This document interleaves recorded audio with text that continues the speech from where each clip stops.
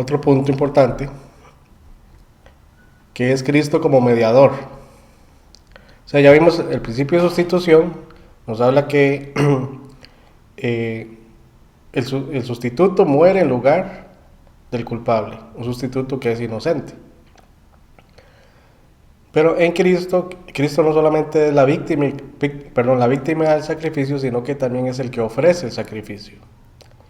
Es decir, recordemos que de las lecciones anteriores que Dios Padre envía a Cristo, es el que da la víctima y el sacrificio, es el que ofrece. Pero Cristo es el que él mismo se entrega como el sustituto, como la víctima, y él se ofrece a sí mismo. E igualmente el Espíritu Santo en Cristo ofrece a Cristo. Pero de acuerdo a lo que nos enseña la Escritura, Cristo no solamente es el sacrificio en sí, sino también es el sacerdote o sumo sacerdote que ofrece a la víctima o el sacrificio. Y recordemos que Jesucristo es sacerdote según el orden de Melquisedec, no según el orden arónico. Primera Timoteo capítulo 2 versículo 5 dice: porque hay un solo Dios y un solo mediador entre Dios y los hombres, Jesucristo hombre. Este versículo es importante desglosarlo, porque Pablo establece primero que todo la unicidad de Dios, es decir, hay un solo Dios, y para llegar a ese Dios se necesita un mediador, alguien que abogue a favor del culpable ante Dios, que es el ofendido. Y ese mediador es Dios mismo en la persona de Cristo, pero es Dios encarnado. Por eso es que aquí Pablo enfatiza Jesucristo hombre, o sea, Jesucristo encarnado. Ahora, ¿dónde ejerce el Señor Jesucristo ese ministerio de mediación? Lo ejerce desde el cielo o allá en la presencia del Padre. Ahí donde Cristo está como mediador entre Dios y los hombres, o sea, entre Dios y el creyente, entre Dios y el pecador que se arrepiente. Pero Cristo, hay que tener aquí, Cristo no es mediador de la persona que rehúsa acercarse a Dios. No puede serlo porque está rehusándose. Cristo solo puede ser mediador de aquel que por la fe se acerca a Dios a través de Cristo.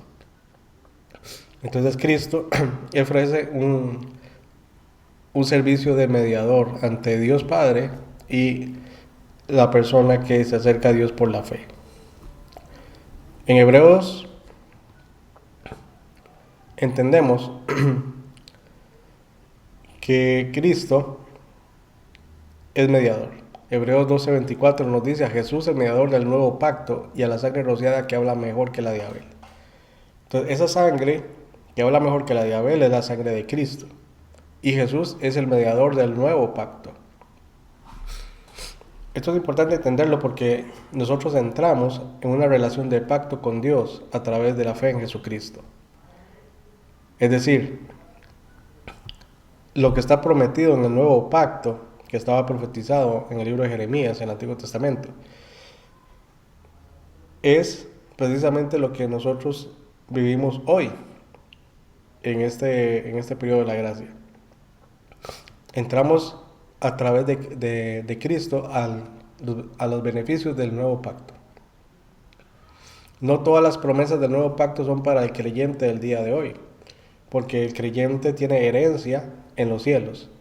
El nuevo pacto para Israel da una doble herencia, una herencia en los cielos y una herencia en la tierra.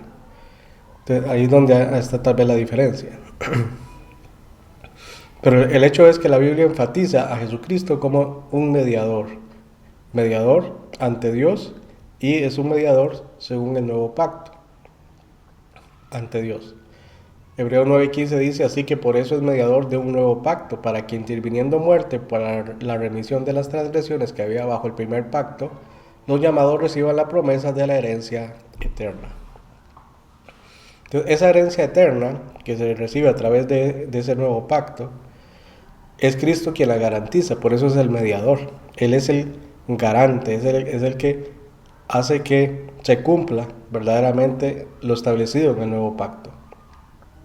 Así que cuando entramos en esa relación con Dios a través de la fe en Cristo, por su sacrificio vicario, no solamente recibimos la justificación de parte de Dios, no solamente Dios recibe la satisfacción por el ser humano que se arrepiente y cree en Él, no solamente somos objeto de la gracia de Dios y del amor de Dios, sino que además de eso entramos en los beneficios del nuevo pacto que promete una herencia eterna.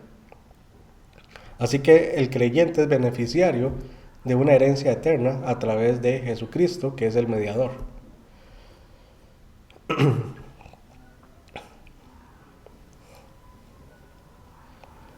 Ve a Hebreos 8:6, pero ahora tanto mejor ministerio es el suyo, cuanto es mediador de un mejor pacto establecido sobre mejores promesas.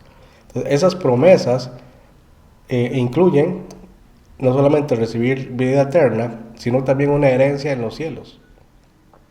Una herencia eterna junto con Cristo allá en los cielos, y no solamente en los cielos, sino una herencia perdurable en los cielos nuevos y la tierra nueva. Recuerde que Pedro en su segunda epístola nos habla que esperamos de Dios cielos nuevos y tierra nueva en donde mora la justicia. Entonces esa es la esperanza del creyente, que ese nuevo pacto se va a cumplir en el creyente. Ahora, Cristo funge como mediador en el sentido de que Él está ejerciendo dos ministerios, el ministerio sacerdotal y el ministerio de profeta. ¿Por qué ministerio de profeta? Porque Él está hablando a través del Espíritu Santo y a través del creyente al mundo. Entonces se está proclamando la palabra de Dios. Recordemos que lo que es profecía no es el futuro, no es hablar del futuro. La profecía es una declaración de la palabra de Dios, de la revelación de Dios. Es comunicar la revelación de Dios, de manera que se entienda de forma clara. Eso es la profecía. Ahora, la profecía abarca diferentes aspectos, ¿verdad? Abarca aspectos de confrontar con el pecado, de exhortar y de hablar acerca de las cosas también futuras. Pero no debemos confundir que la profecía solamente se refiere a anunciar lo que va a venir. Todo lo que está en la escritura es profecía. Por eso Pedro habla de que tenemos la palabra profética más segura, y de la escritura. Hebreos 8:1 dice: ahora bien, el punto principal de lo que venimos diciendo es que tenemos tal sumo sacerdote, el cual se sentó a la diestra del trono de la majestad de los cielos. Entonces, ¿dónde está Cristo ejerciendo ese sacerdocio santo?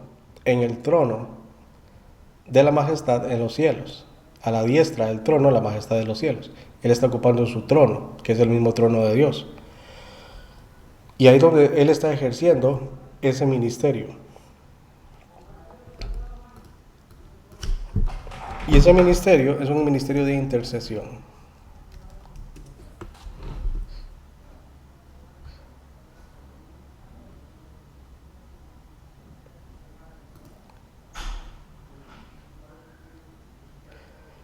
Dice Hebreos 7:25, por lo cual puede también salvar perpetuamente a los que por Él se acercan a Dios, viviendo siempre para interceder por ellos. Entonces los que se acercan a Dios se benefician de la intercesión de Cristo, porque Él está siempre para interceder a favor del creyente.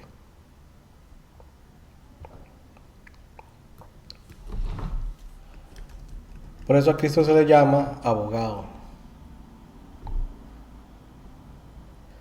En 1 Juan capítulo 2, versículo 1 dice: hijitos míos, estas cosas os escribo para que no pequéis. Y si alguno hubiere pecado, abogado tenemos para con el Padre, a Jesucristo el justo. Entonces, ese ministerio de sacerdocio, de intercesor, que ejerce Cristo a la diestra de Dios, es el abogado, es nuestro defensor, es aquel que nos presenta justos delante de Dios. es aquel que habla a favor del creyente que ha sido justificado por la sangre de Cristo. Por eso dice, si alguno hubiere pecado, abogado tenemos para con el Padre, a Jesucristo el justo. ¿Por qué Juan eh, nos habla sobre esto?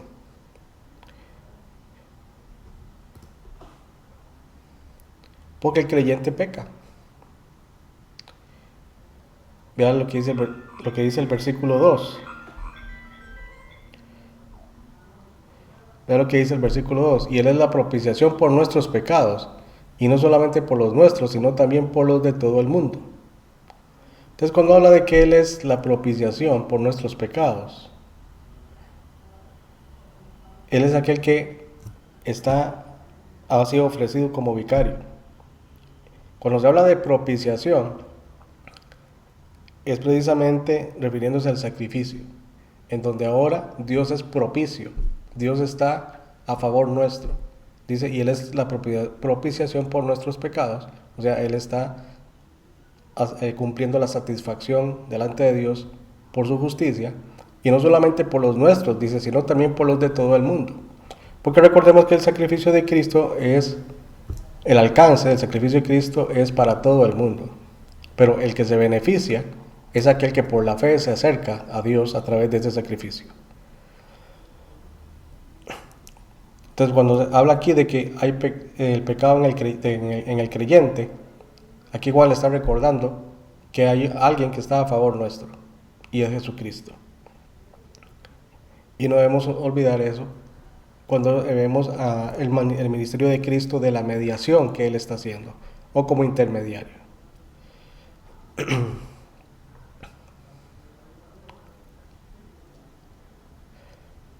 No sé si hay alguna pregunta o comentario.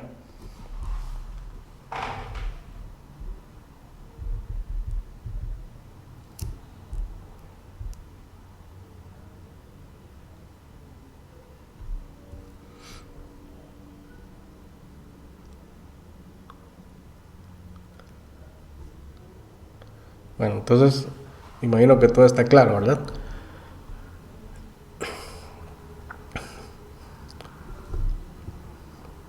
Otro punto que vamos a ver,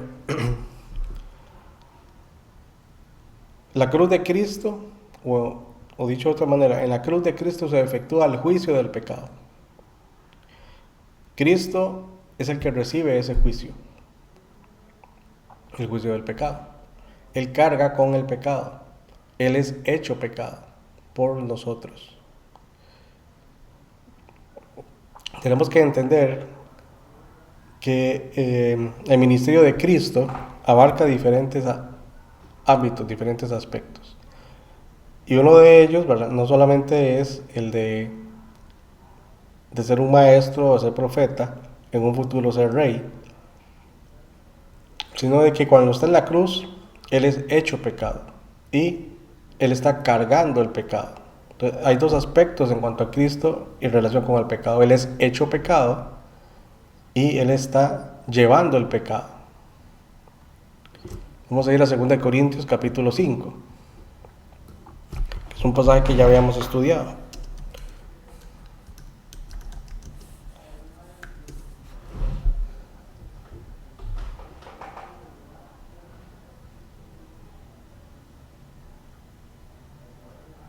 Dice el versículo 21, al que no conoció pecado, por nosotros lo hizo pecado, para que nosotros fuésemos hechos justicia de Dios en él. Entonces aquí vemos varios aspectos. Uno, no conoció pecado, porque Cristo no tenía pecado, Él nació sin pecado. Pero Dios lo hizo pecado para que nosotros fuésemos hechos en esa sustitución, justicia de Dios en Él, en Cristo. Entonces, ¿en quién somos justificados? En Cristo.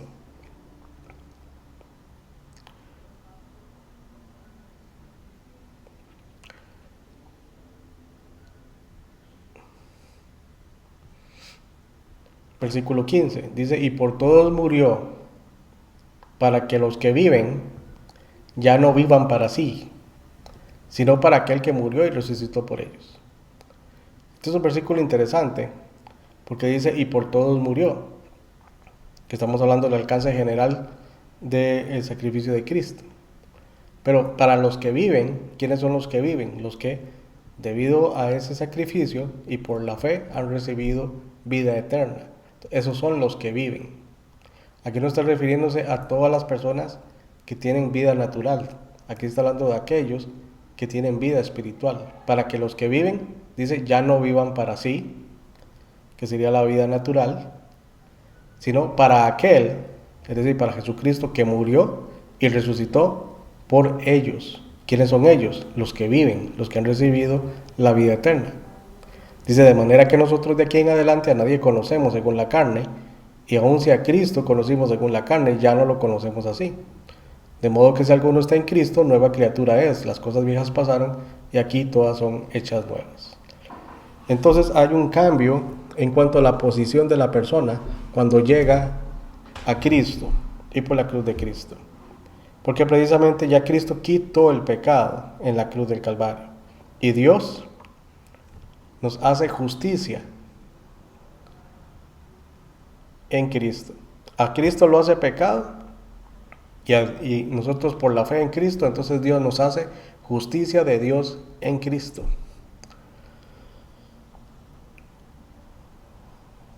Versículo 19, que Dios estaba en Cristo reconciliando consigo al mundo, no tomándoles en cuenta a los hombres sus pecados, y nos encargó a nosotros la palabra de la reconciliación.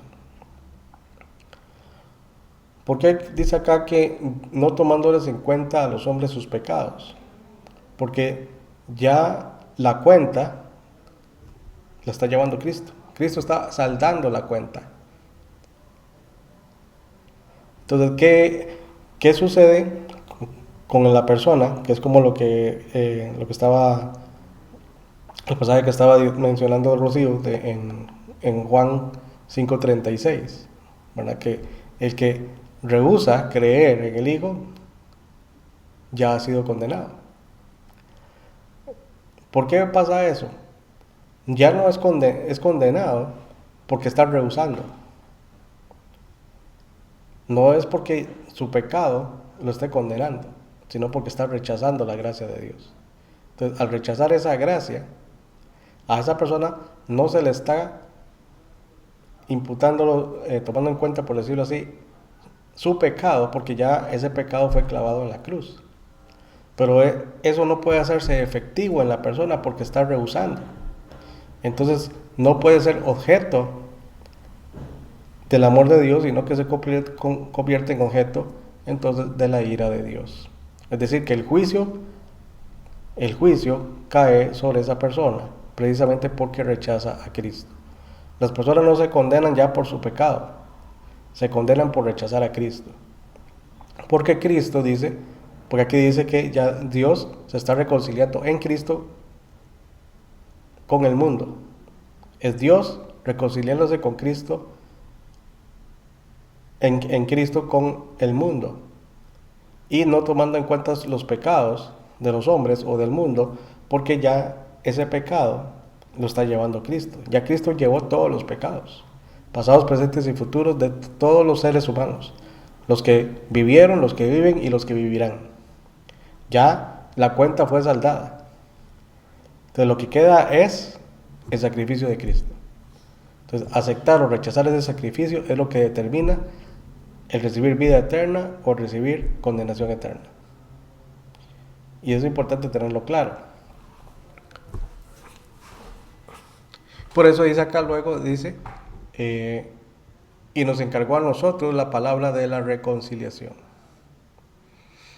Porque a través de quienes Dios quiere que se haga efectiva esa reconciliación, a través del creyente. O sea, el creyente tiene el ministerio de la reconciliación o la palabra de la reconciliación. Así que somos embajadores en nombre de Cristo, como si Dios rogase por medio de nosotros. Y noten eso es algo importante, por eso yo les decía que Dios está más dispuesto a salvar que a condenar. Dice, somos embajadores en nombre de Cristo, como si Dios rogase por medio de nosotros. O sea, Dios está rogándole, le está suplicando prácticamente al ser humano que se arrepienta, que crea en Cristo, que vea el beneficio que Dios está otorgándole a través de la gracia que está ofreciendo en Cristo. Dice, os rogamos en nombre de Cristo, reconciliados con Dios. Porque Dios se quiere reconciliar con el ofensor. Aunque Dios es el ofendido, Él quiere reconciliarse con el ofensor. Él quiere restaurar lo que se echó a perder.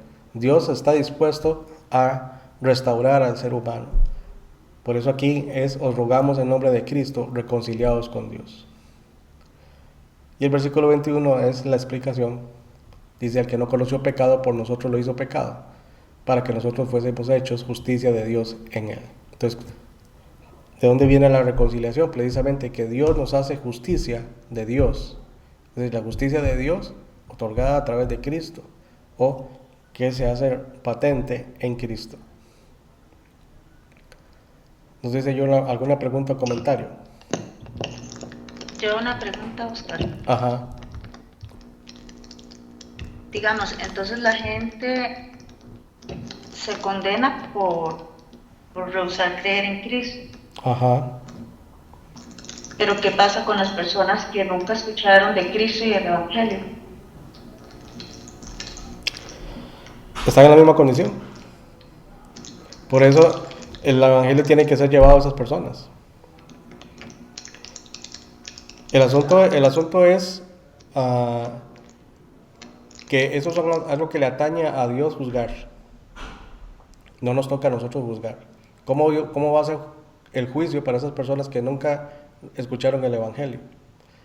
No escucharon el Evangelio proclamado de Cristo, pero no pueden negar el testimonio de Dios, el que Dios les haya hablado.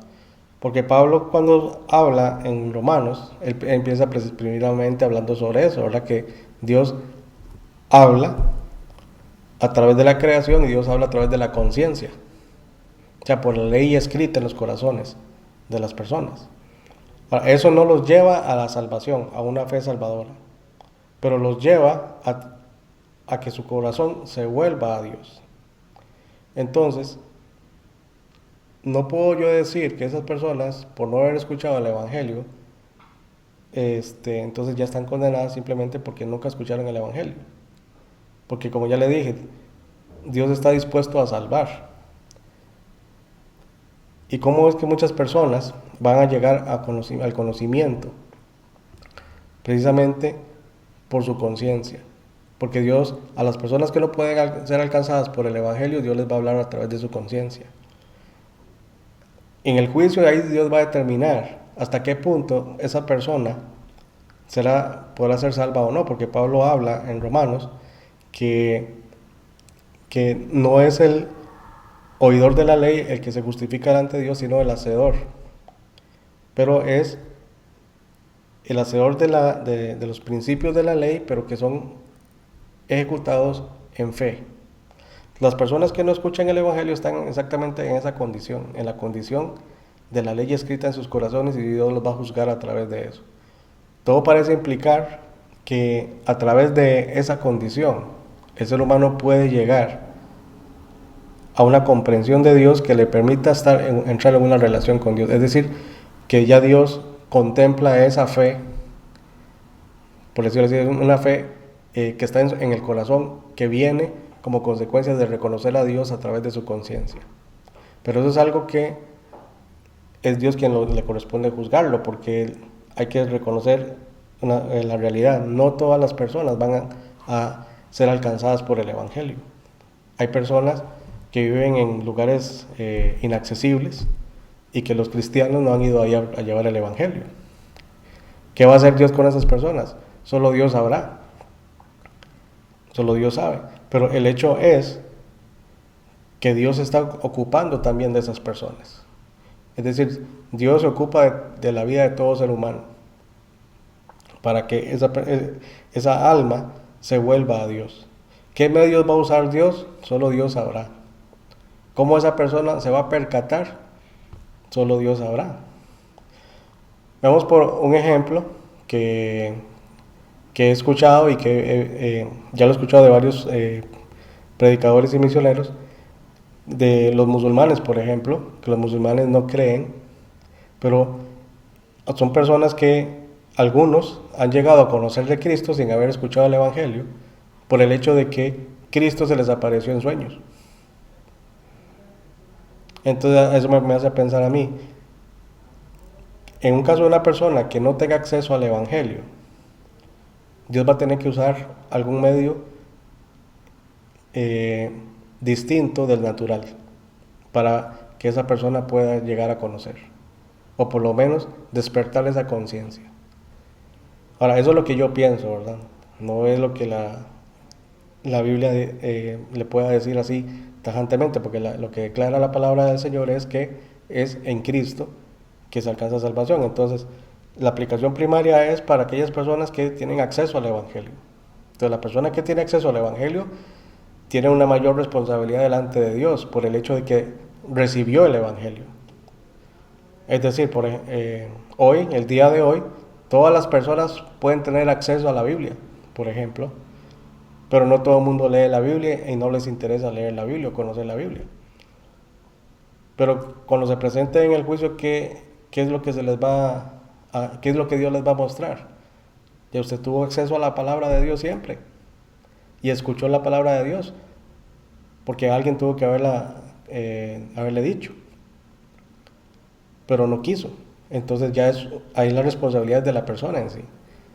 Y la persona que no tuvo nunca ese privilegio, ese acceso, Dios lo juzgará según la condición de esa persona. Lo que tenemos que entender algo, y es lo que Pablo enseña en Romanos, es que Dios le habla al ser humano, y Dios le habla a través de su conciencia, Dios le habla a través de la creación, y Dios habla a través del Hijo, es decir, de Jesucristo, que es la revelación de Dios al hombre. Por eso Hebreos capítulo 1 habla que Dios, habiendo hablado muchas veces y de muchas maneras en otro tiempo, en estos postreros días nos ha hablado a través del Hijo. Entonces Dios utiliza esos tres medios, por lo menos a mi entender: la conciencia, la naturaleza, es decir, la creación misma, o sea, que da testimonio de la deidad de Dios; la conciencia, que da testimonio de la ley escrita en los corazones, que es la ley de Dios; y la conciencia de Dios, porque todo ser humano entiende que hay un Dios, aunque intelectualmente lo niegue. Y sobre quienes van a recibir el juicio más severo, más duro, son aquellos que, habiendo tenido acceso a la palabra de Dios, no quisieron recibir esa palabra. Entonces, a mi entender, esa sería la situación. Cuando se dé el juicio, Dios va a juzgar de esas tres maneras a las personas. Y la decisión de quién se salva y quién no se salva, sin haber escuchado nunca el Evangelio de Cristo, ya eso es prerrogativa de Dios. No sé si me voy a entender. O sea, ya para eso es el juicio, porque en el juicio se va a determinar eso. Y estamos hablando de las personas que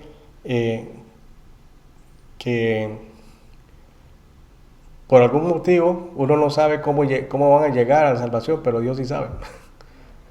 O sea, las personas se están salvando todos los días, y también hay personas que se están condenando todos los días.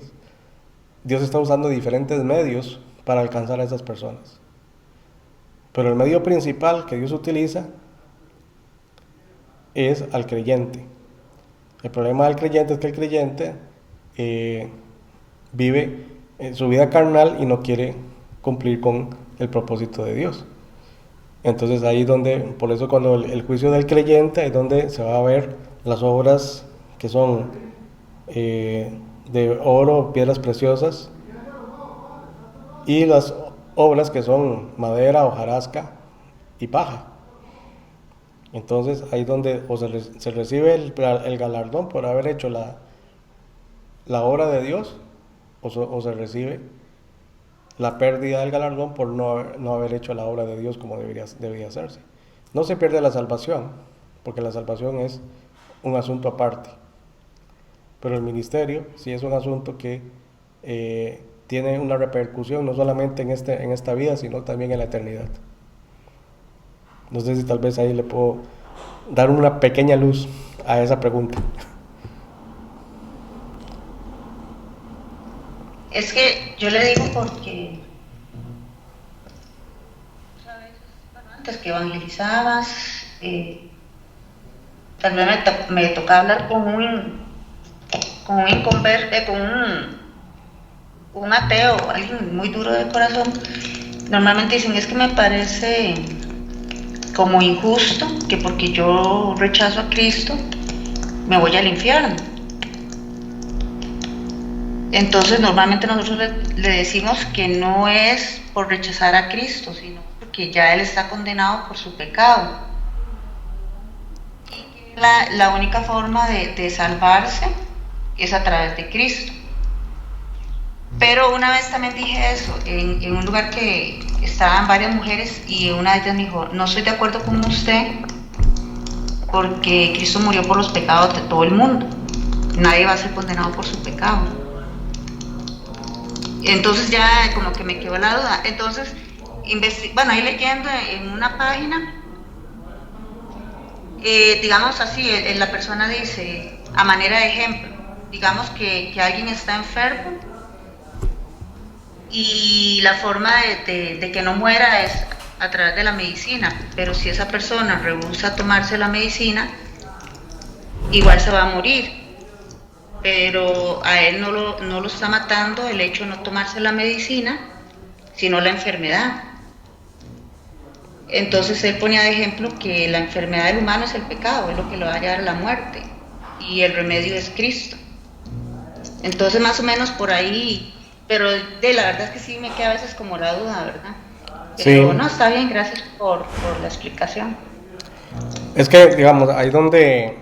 pero eso demuestra que las personas tienen conocimiento, porque esa persona dijo que Cristo murió por los pecados de todo el mundo, y eso es lo que hemos estado diciendo en la clase de hoy.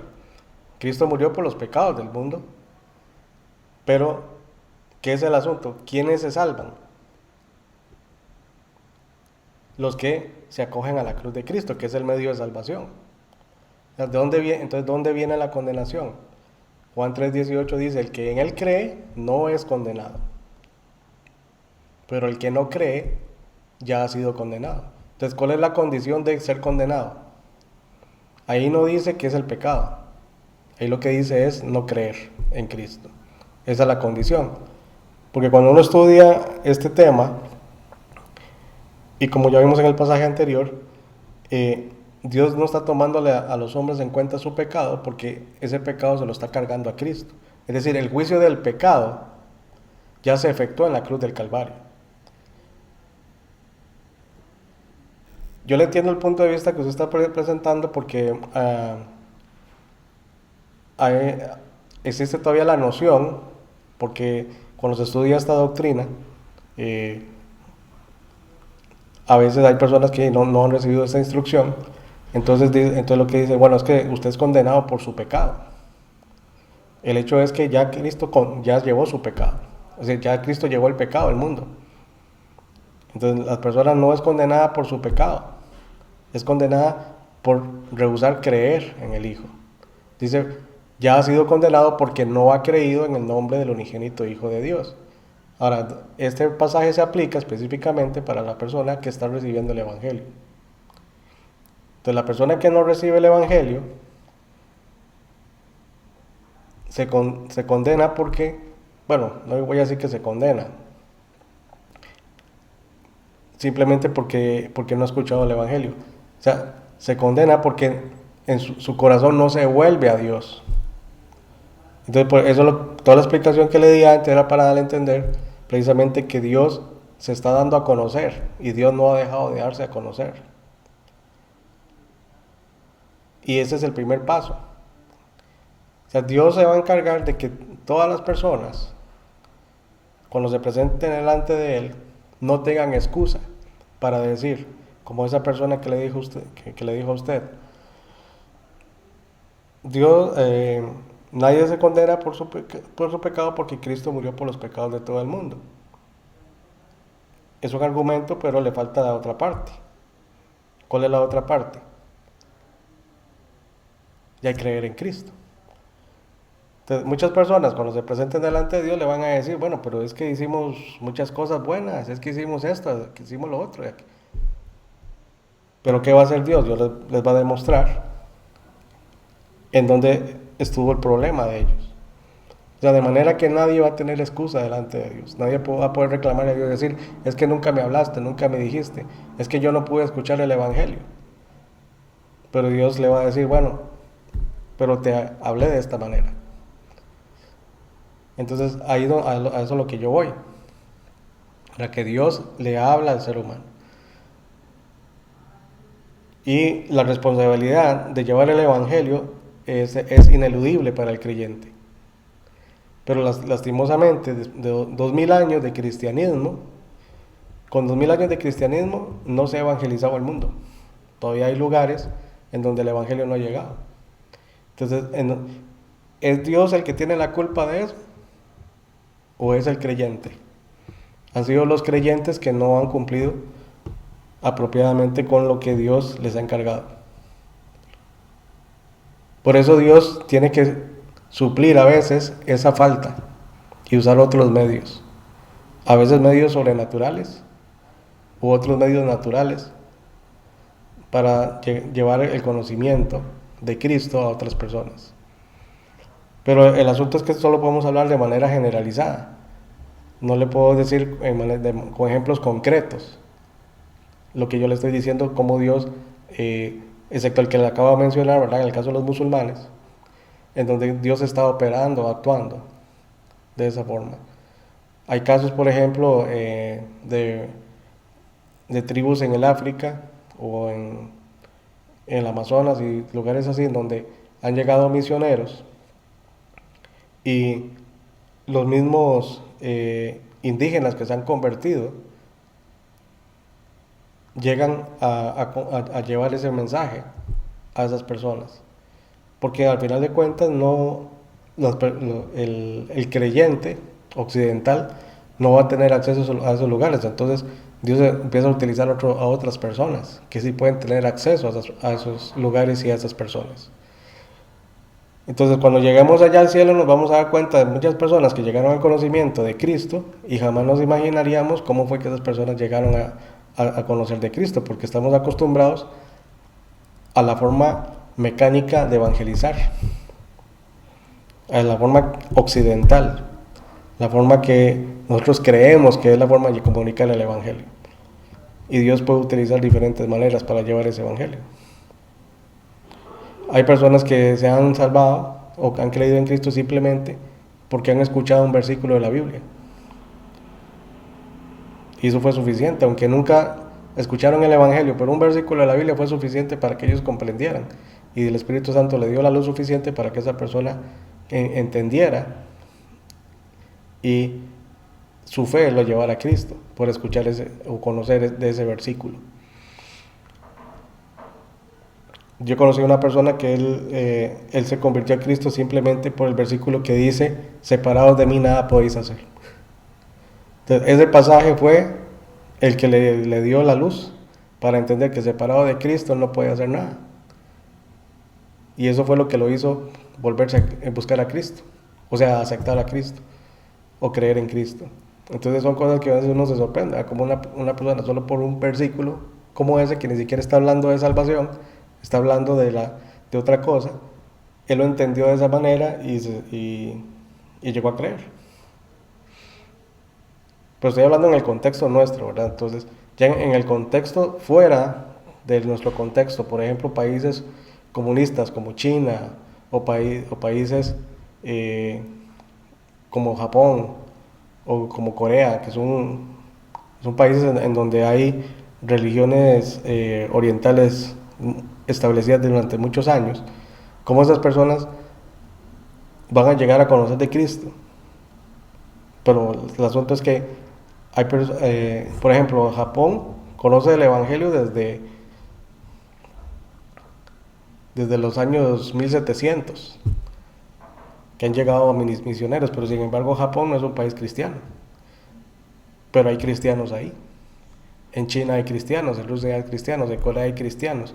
O sea, en diferentes lugares del mundo hay cristianos. Entonces el Evangelio tarde o temprano va a llegar de alguna manera u otra a las personas, porque Dios se encarga de que esa palabra de Él llegue, porque es lo que Él mismo dice, que Él envía su palabra y no volverá a Él vacía. Entonces Dios es el que asegura que ese mensaje de salvación llegue a la mayoría de personas. Más bien, la situación es de las personas que jamás han escuchado. ¿Cómo podemos aseverar que jamás han escuchado? Puede ser que tal vez hoy no han escuchado, pero mañana puede que sí lleguen a escuchar. Entonces, cómo Dios va a trabajar con esas personas, no lo sabemos. Pero lo que sí podemos estar seguros es que Dios se encarga de que todo ser humano, en algún momento dado de su vida, conozca el medio de salvación o la forma en que esa persona podría haber llegado a la salvación que Dios ofrece. ¿Ok? No sé si hay algún otro comentario. Hola, Oscar. Sí. Sí, uno normalmente, eh, pues le comenta a las personas cuando se hace evangelismo, por ejemplo, por cuanto todos pecaron, están destituidos de la gloria de Dios, ¿verdad? Ajá. Pero uno muchas veces no lleva en mente eso que usted acaba de decir. Dios no estará juzgando mi pecado, sino el hecho de que no estamos en Cristo, ¿verdad? Ajá. Porque si estamos en Cristo, ya mis pecados, ya eso anterior, por cuanto todos pecamos, ya no será lo que determine, ¿verdad? Aquí en Primera de Juan, por ejemplo, que dice, el que tiene al Hijo, tiene la vida, y el que no tiene al Hijo de Dios, no tiene la vida. Ajá. Entonces yo creo que muchas veces uno cuando, por ejemplo, trata de llevar el Evangelio a alguien, no está pensando tanto en esto de que está uno tratando primero de que la persona acepte que es pecador para que venga el arrepentimiento. Uh-huh. Pero más que eso también es, bueno, no es que más, sino tenemos que tener en mente que ya es que la persona esté en Cristo. Ajá. Porque ya cambia cambia de escenario, digamos, totalmente. Sí. Usted dijo algo muy... No es tanto el pecado, sino el pecado que uno pueda decirle a la persona es para que venga el arrepentimiento. Ajá. A eso voy a agarrarme de eso que usted está diciendo, que es muy importante. Y que dicha que Dios aporte. Tal vez ahí donde está el asunto, ¿verdad? Cuando se evangeliza a una persona y se le enfatiza que es pecador, o sea, eso es verdad, es pecador porque sigue siendo pecador. Si todos nosotros, incluso siendo creyentes, seguimos siendo pecadores porque la naturaleza pecaminosa sigue en nosotros. Lo que Cristo hizo en la cruz del Calvario fue llevar el pecado, o sea, precisamente el pecado que legalmente, por decirlo así, nos condena.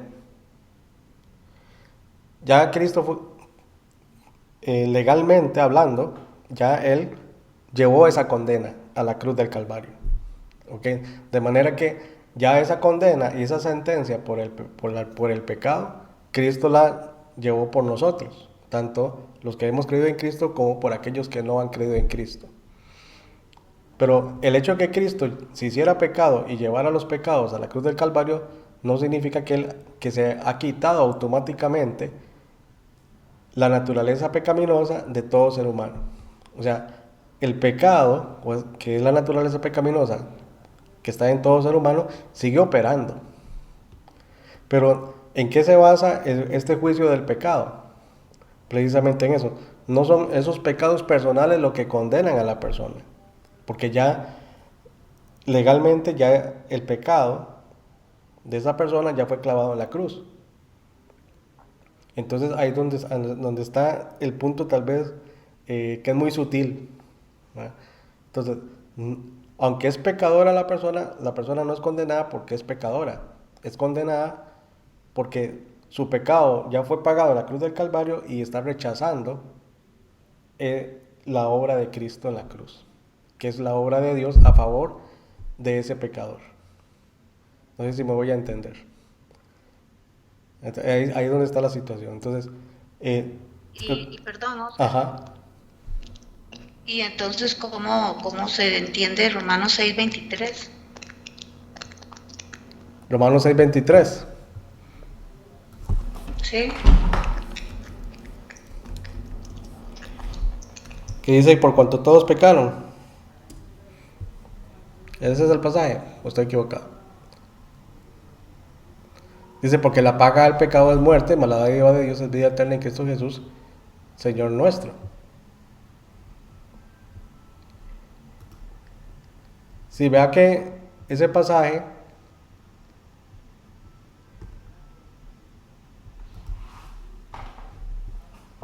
aunque está afirmando esto, porque la paga del pecado es muerte, lo cual es verdad, o sea, esa condición que trae el pecado sigue vigente en toda persona.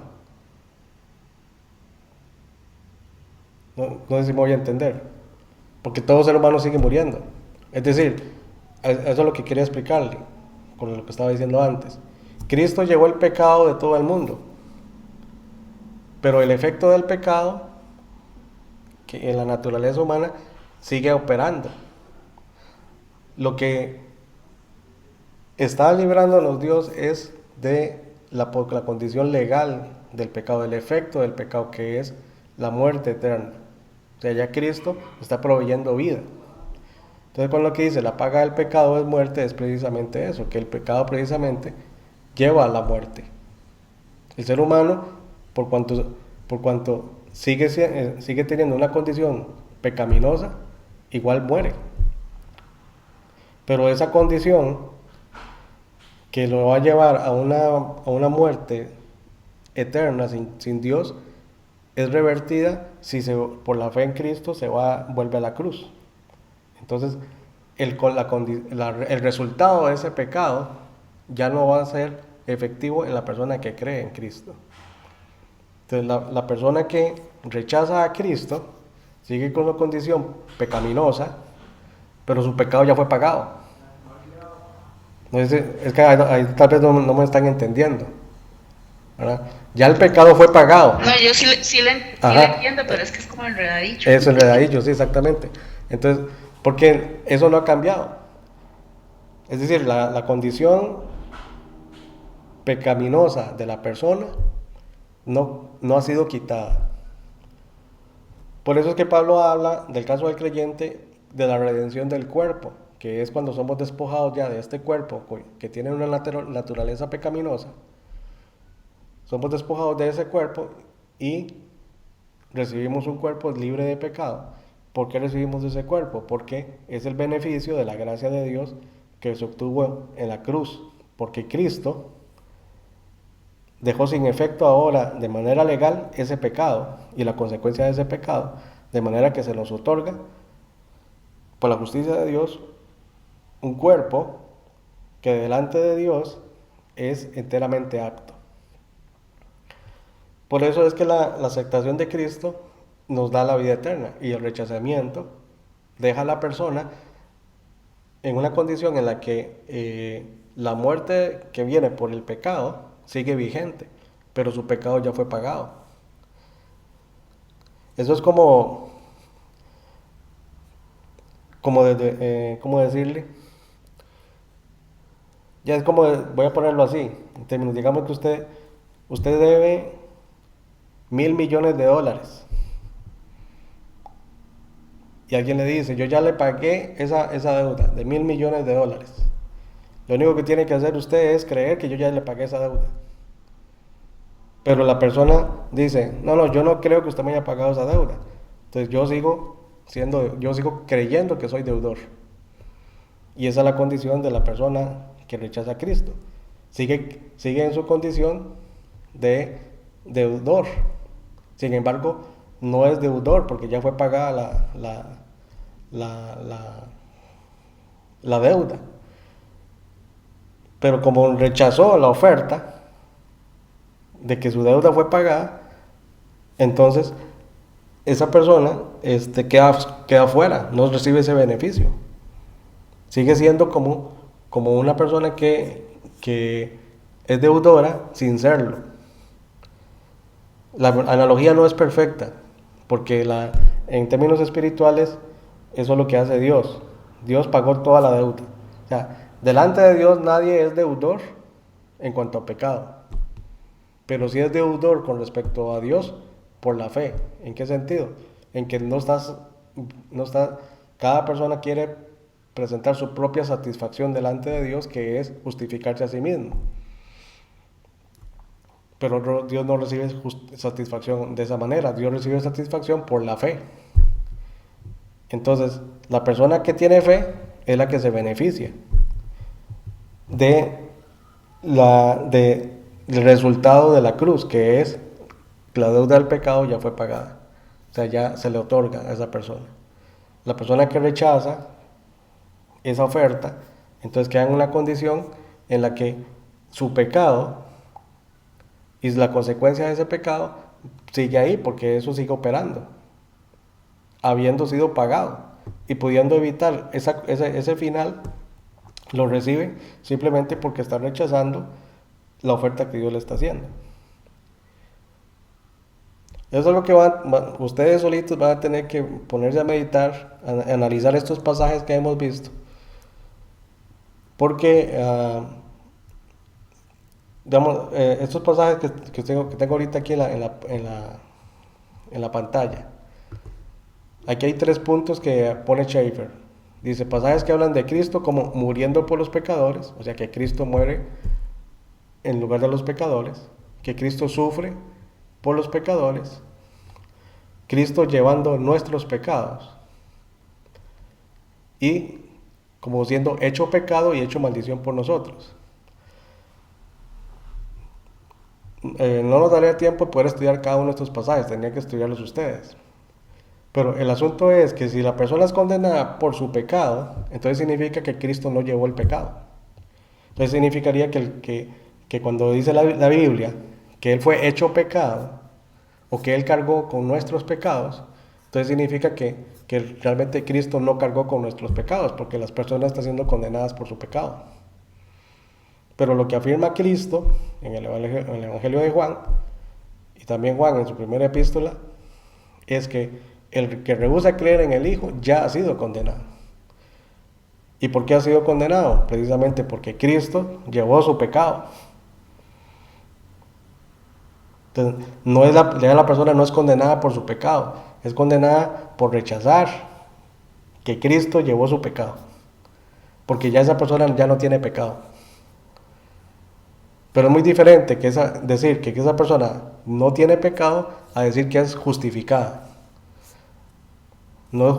Su pecado fue llevado a la cruz, y por decirlo así, el pecado no lo condena, pero no es justificado hasta que por la fe se vuelva a Cristo. Entonces ahí recibe la justicia de Dios. Antes de eso no está justificado, aunque está por el sacrificio de Cristo ya sus pecados cubiertos. Entonces ahí donde tal vez ahí está el detalle que tal vez no han captado, ¿verdad? Y esta es una doctrina que cuando se estudia a la luz de estos pasajes se llega a esa conclusión. O sea, entonces, ¿en qué consiste la condenación? De acuerdo a la aclaración de Cristo es, rehúsa creer en el Hijo. Esa es la condición. No es por el pecado de la persona, porque ya Cristo quitó ese pecado, o sea, legalmente hablando. Pero el efecto de la naturaleza pecaminosa sigue ahí. Y es ese efecto de esa naturaleza pecaminosa lo que lo va a llevar inevitablemente a la muerte física, y si no creyó en Cristo, entonces a la muerte eterna. Entonces por eso Romanos 3:23 cuando dice, porque la paga del pecado es muerte, eso es una ley espiritual que está establecida y está vigente. El pecado lleva a la muerte porque el pecado sigue operando, pero ese pecado ya legalmente Cristo lo clavó en la cruz. De manera que la persona que por la fe recibe a Cristo, ya el efecto de esa muerte queda anulado. Pero no la muerte física, porque la muerte física se tiene que cumplir. Eso no quedó anulado. Porque cuando venimos a Cristo, igual morimos. ¿Por qué morimos? Porque tenemos que ser libertados de este cuerpo de pecado para recibir un cuerpo sin pecado. Que eso es uno de los beneficios del nuevo pacto. Pero la persona que rechaza a Cristo no puede recibir los beneficios del nuevo pacto porque no quiere entrar en esa relación con Dios y por lo tanto Dios no le puede otorgar nada. Esa persona que rechaza a Cristo, Dios no le puede otorgarle su amor, Dios no le puede otorgar su justicia, Dios no le puede otorgar la vida eterna y Dios no le puede otorgar ser nueva criatura, el nuevo nacimiento, no le puede otorgar absolutamente nada a esa persona porque esa persona no quiere nada con Dios y no quiere nada con Cristo. Entonces ya, no sé si ya tal vez en esto que estoy explicando, tal vez se haga claro, ¿verdad? Ya todos los beneficios que trae la gracia de Dios no se pueden recibir si la persona rehúsa creer en Cristo. Ok, no sé si hay algún otro comentario.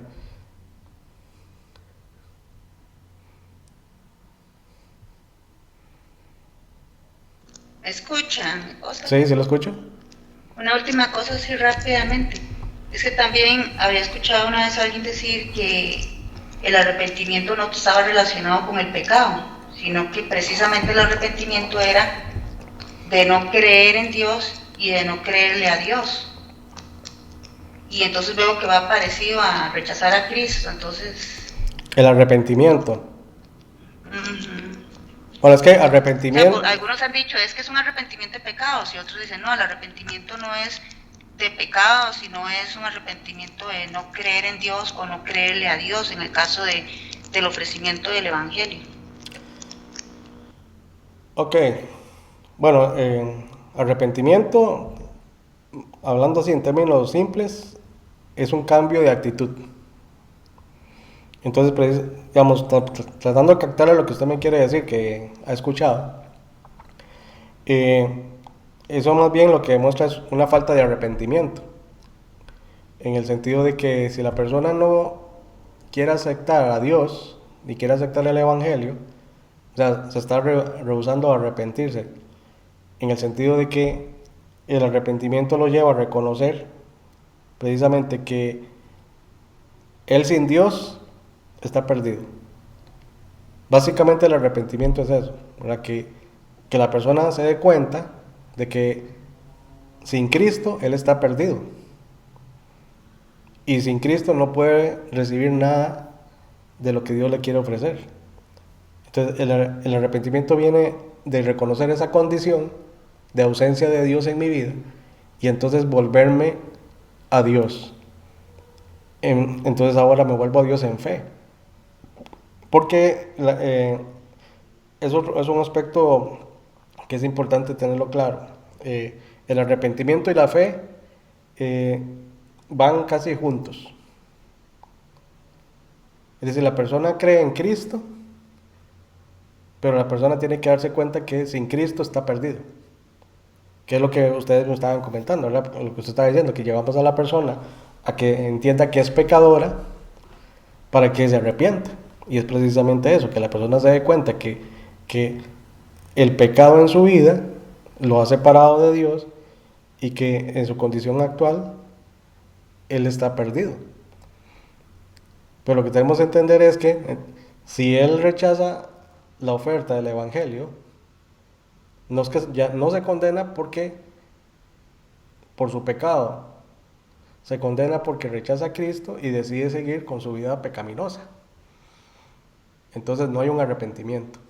O sea, no hay un cambio de actitud en el sentido, ok, entiendo que en la vida que tengo es una vida en la que no tengo a Cristo y entonces estoy perdido. Y entonces tomo la decisión de cambiar esa condición. No quiero esta vida, quiero una vida con Cristo.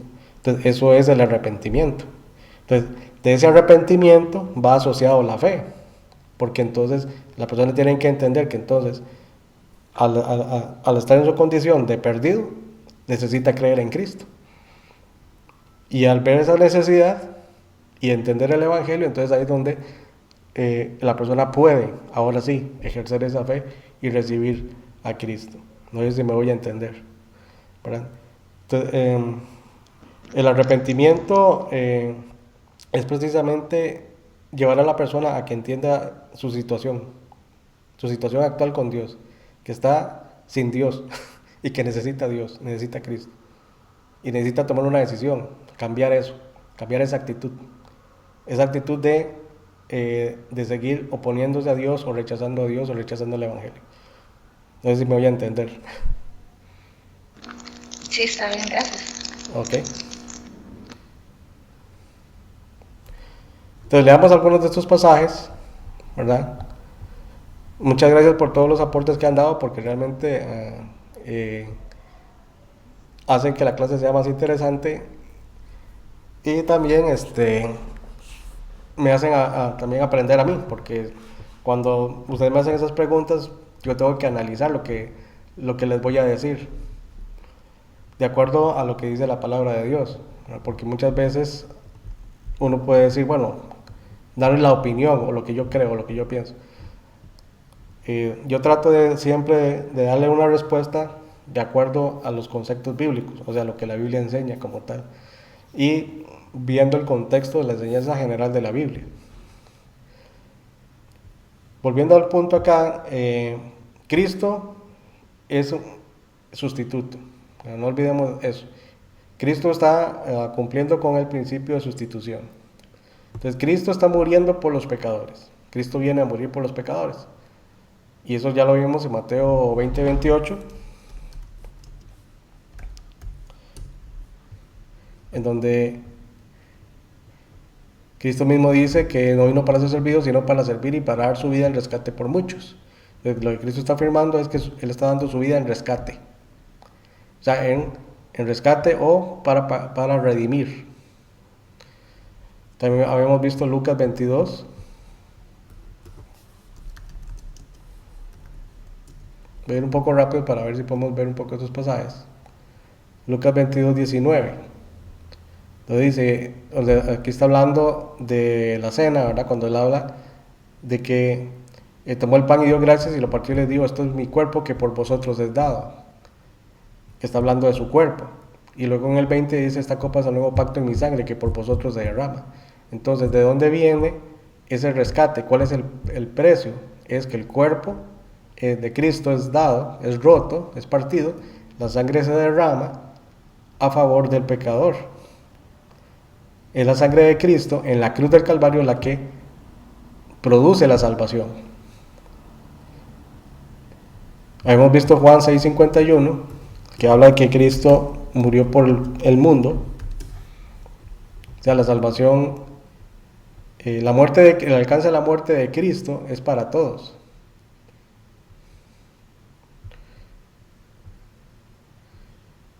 Dice, yo soy el pan vivo que descendió del cielo. Si alguno comiere de este pan, entonces si alguno comiere, está hablando de una condición. ¿Cuál es la condición?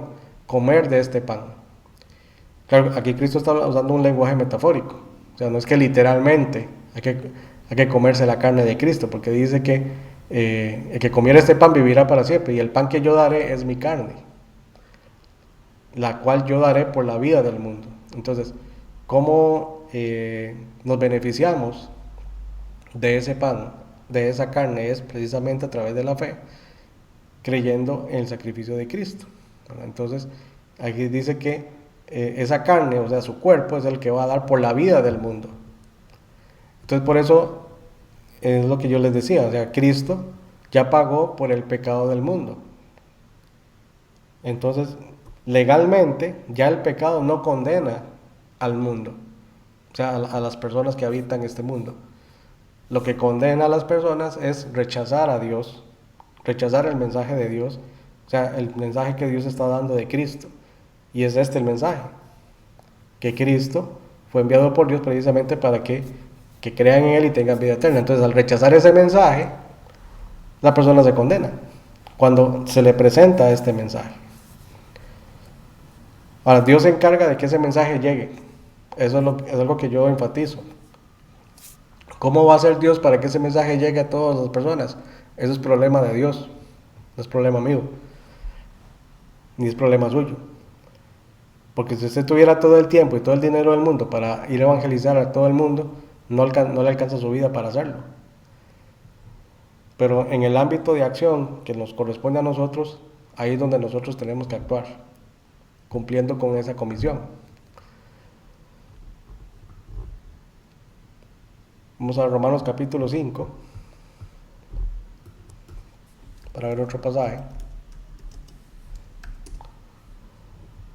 en donde Cristo muere por los pecadores. Porque dice, porque Cristo, cuando aún éramos débiles, a su tiempo murió por los impíos. Ciertamente apenas morirá alguno por un justo, con todo pudiera ser que alguno osara morir por el bueno. Mas Dios muestra su amor para con nosotros, en que siendo aún pecadores, Cristo murió por nosotros. Entonces aquí vemos que Dios muestra su amor. Y eso es precisamente lo que Pablo enfatiza aquí, que ese amor ha sido demostrado por Dios muriendo Cristo. Entonces siempre es en la cruz de Cristo, ahí es donde se demuestra el amor de Dios a favor del pecador. Ahora, Cristo sufre por el pecador. No solamente muere por morir, porque si fuera a morir, pues pudiera haber muerto de otra manera. Pero Él murió de una muerte en donde Él se hizo maldito, o sea, donde Él asumió la maldición. El versículo 25 dice, el cual fue entregado por nuestras transgresiones y resucitado para nuestra justificación. Entonces, fue entregado, ¿por quién fue entregado? Por el Padre, por nuestras transgresiones. Las palabras transgresiones vienen siendo, en términos simples, es quebrantamiento de los mandamientos de Dios, o el quebrantamiento de la ley de Dios. Porque todo ser humano quebranta la ley de Dios. ¿Cuál ley?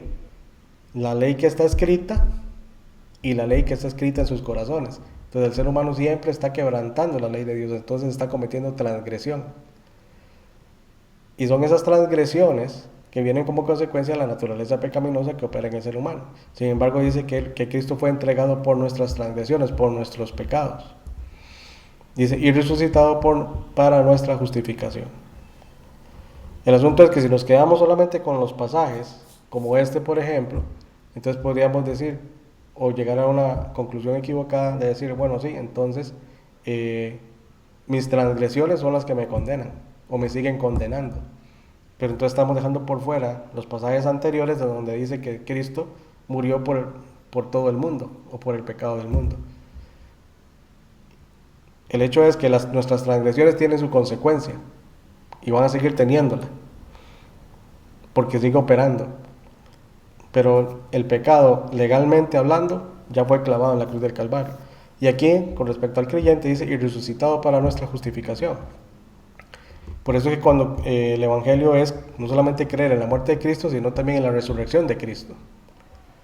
Porque la resurrección de Cristo es el testimonio de que Cristo ya venció totalmente a la muerte, que es la consecuencia del pecado. Entonces ahí es donde viene esta justificación. ¿Por qué? Porque estamos aceptando que Cristo venció al pecado y venció la consecuencia del pecado, que es la muerte. Y el beneficio de ese sacrificio es la resurrección, de la misma manera como Cristo resucitó.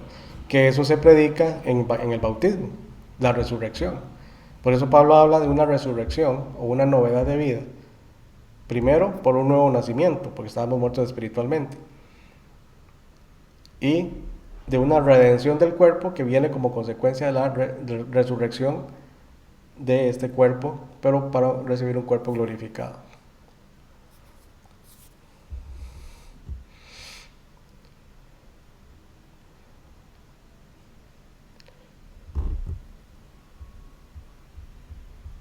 Hebreos capítulo 9.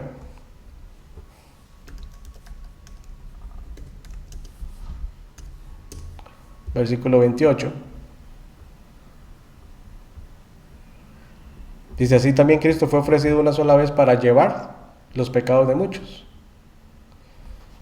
Aquello que es importante tal vez rescatar, Cristo fue hecho pecado y Dios cargó el pecado del mundo sobre él. Pero hay pasajes que hablan donde Cristo lleva los pecados. O sea, Cristo está muriendo no solamente por la condición de pecado del ser humano, sino que Cristo está muriendo por los pecados que cada ser humano ha cometido, comete y cometerá.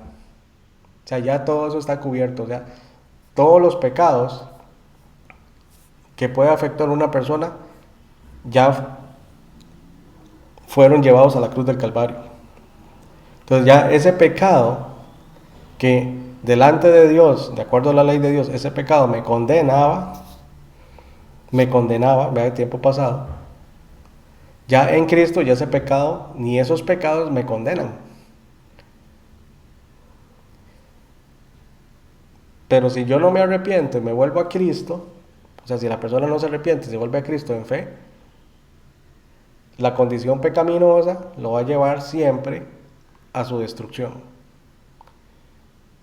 Pero la condenación viene no porque su condición pecaminosa sigue, sino que la condenación viene por no haber aceptado precisamente que ya su pecado y sus pecados fueron llevados por Cristo a la cruz del Calvario.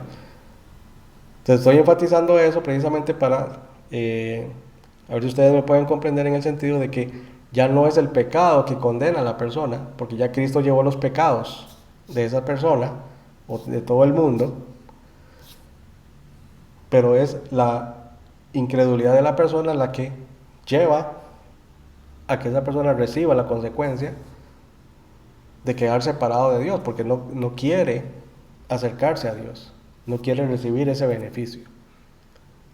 Entonces, ¿qué es lo que sucede? Dios no puede otorgarle a esa persona una condición de salvación porque la persona rehúsa creer, porque esa es la condición que Dios está pidiendo, esa es la satisfacción que Dios está demandando del pecador, que se arrepienta y crea, que se vuelva a Dios en fe, en Cristo. Entonces, si no se da esa condición, entonces la persona queda legalmente queda condenada. Que en términos espirituales es el quedar separado de Dios. Porque el propósito de enviar a Dios a Cristo es volver a restaurar al ser humano a la condición que tenía cuando estaba en el Edén, que era de comunión con Dios. El pecado lo que ha hecho es mantener al ser humano separado de Dios. En Cristo la comunión es restaurada. Se rechaza a Cristo, esa falta de comunión sigue ahí presente. Entonces la persona está en una condición de separación de Dios. Y lo peor de todo es que si esa persona muere en esa condición, va a quedar separada de Dios por la eternidad.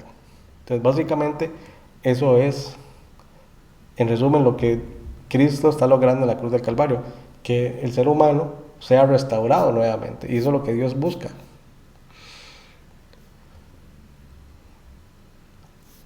Y el pasaje que ya hemos visto, 2 Corintios 5:21, que Dios lo hizo pecado por nosotros. Entonces esa es la condición de Cristo, que Él se hizo pecado. Él pagó la sentencia, pagó la deuda en la cruz del Calvario, llevó el pecado del mundo y llevó nuestros pecados personales, particulares, de cada ser humano. Ahí todos esos pecados ya están en la cruz del Calvario. El efecto legal de ese pecado ha sido quitado sobre la persona. La condición que queda sobre la persona es aceptar o no aceptar a Cristo. Y eso es lo que determina el destino eterno de esa persona. De hecho es así, cuando una persona recibe el Evangelio, cuando una persona está escuchando el Evangelio, esa persona no entiende que él está siendo juzgado. Ahí está siendo juzgado. Porque precisamente en ese momento se está determinando, dependiendo de la elección de esa persona, ahí se está determinando si por la eternidad va a entrar en una relación de comunión con Dios por la eternidad que empieza en esta vida, o va a permanecer en una condición de separación de Dios por la eternidad, continuando esa condición de separación que tiene en esta vida. Entonces ahí se está efectuando un juicio y ahí se está determinando esa sentencia. Por eso es que cuando Cristo habla ahí en Juan, ¿verdad?, que el que cree recibe la vida, pero el que rehúsa creer ya ha sido condenado. Y vea que dice ya ha sido, o sea que es en el preciso instante en que la persona de manera categórica y definitiva hace un rechazamiento total del Evangelio y de Cristo. Y eso es lo que Dios no quiere para el ser humano, porque Dios está, por decirlo así, esforzando. Aunque para Dios no representa mayor esfuerzo, pero sí fue algo que sobrepasa nuestro entendimiento y nuestra capacidad del precio que Él pagó. Así que hay un precio pagado por Dios, un precio infinito, un precio que ni usted ni yo ni ningún ser humano puede pagar. Ya Dios lo pagó. Entonces vea usted el hecho de que las personas que no entienden, ¿es injusto rechazar a Cristo?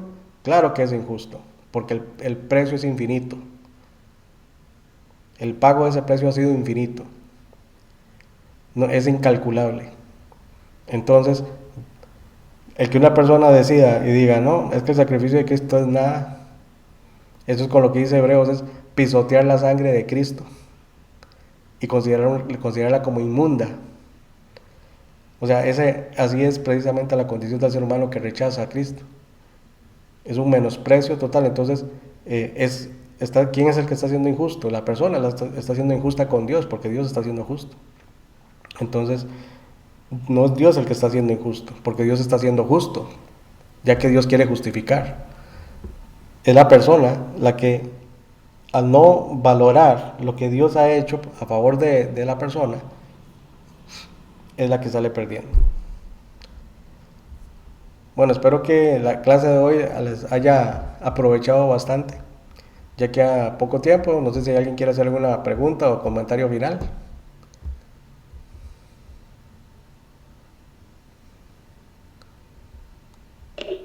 Bueno, Oscar, no, que eso que estabas hablando, o que se ha hablado durante tanto tiempo, se encuentra en Juan 3:19, donde dice, y esta es la condenación, que la luz vino al mundo, y los hombres amaron más las tinieblas que la luz, porque sus obras eran malas.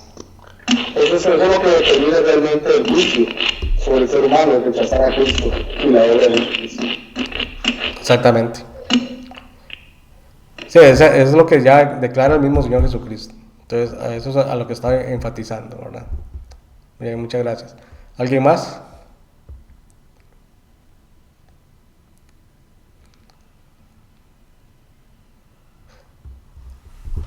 Bueno, entonces vamos a dar por terminada la clase.